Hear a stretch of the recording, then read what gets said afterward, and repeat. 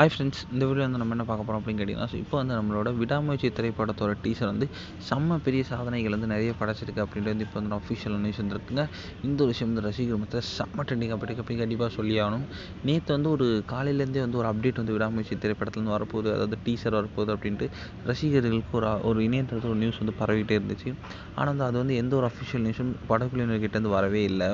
So இதனால் வந்து ரசிகர்கள் கொஞ்சம் ஹோப் இழந்ததாக இருந்தாங்க. கடைசியில் ஒரு 6:30க்கு போல் வந்து 11:08க்கு வந்து கரெக்டாக வந்து நம்மளோட விடாமுயற்சி திரைப்படத்தோட டீசர் வந்து வெளியிட போகிறாங்க அப்படின்றது ஒரு அஃபிஷியலான நியூஸ் மாதிரி வந்து பரவிட்டு இருந்துச்சு. அதனால் தலஜித் ரசிகர்கள் செம்ம அவளை காத்துக்கிட்டு இருந்தாங்க.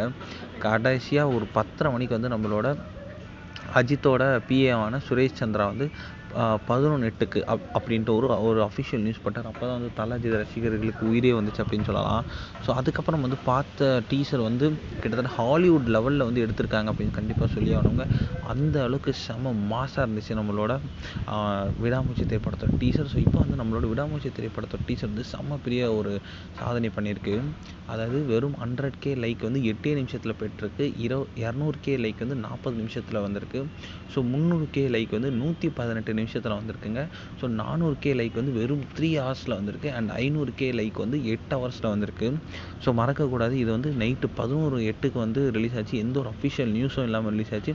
ஸோ நிறைய ரசிகர்களுக்கு இந்த ஒரு விஷயம் வந்து காலையில் தான் தெரிஞ்சிருக்கும். அப்படி வந்து 500K லைக் வாங்குறது செம்ம பெரிய விஷயம். இது வந்து தல அஜித் ஃபேன்ஸ் வந்து செம்ம ட்ரெண்டிங்காக போய்ட்டுருக்கு.